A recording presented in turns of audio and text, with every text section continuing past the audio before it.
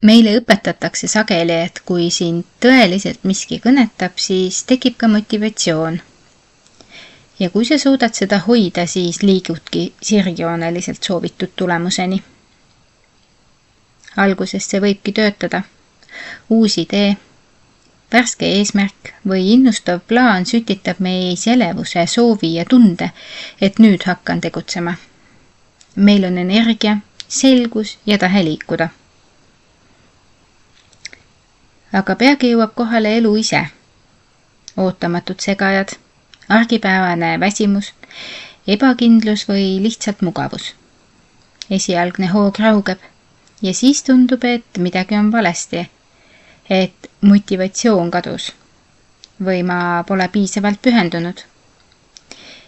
Nii võime hakata end süüdistama, et miks me ei suuda jätkata või miks ei tule seda sisemist tuld enam tagasi. Tegelikkus on aga palju lihtsam ja samas vabastavam. Motivatsioon ei kao kuhugi.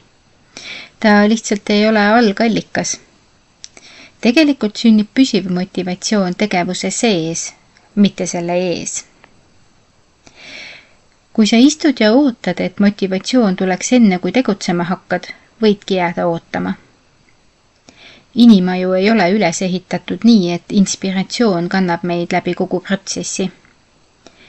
Meie närvisüsteem reageerib hoopis tegutsemisele, väiksematele võitudele, liikumisele, valikutele.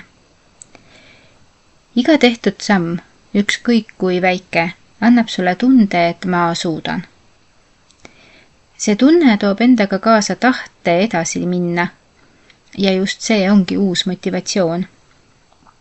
Tegevusest sündinud, mitte tühjast kohast tekkinud. See kehtib igas eluvaldkonnas. Kui alustad trenniga, siis esimesed korrad on rasked ja tahtejõu najal tehtud.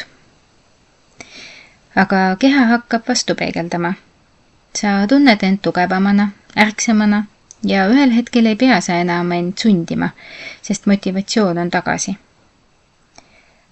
Sama kehtib ka kirjutamise, õppimise, koristamise, ettevõtluse või ka sügavamate muutuste puhul. Kui alustad, tuleb tunne järele. Veelgi enam, tegevus loob progressi. Ja progress, isegi väga väike, tekitab rahulolu, selgust ja uhkust. Just see tunne kannab meid edasi. Paljud inimesed ei jää toppama selle tõttu, et neil puuduks tahtejõud, vaid selle tõttu, et nad ootavad õiget tunnet. Selle asemel, et lihtsalt alustada. Ja see on koht, kus paljud annavad alla.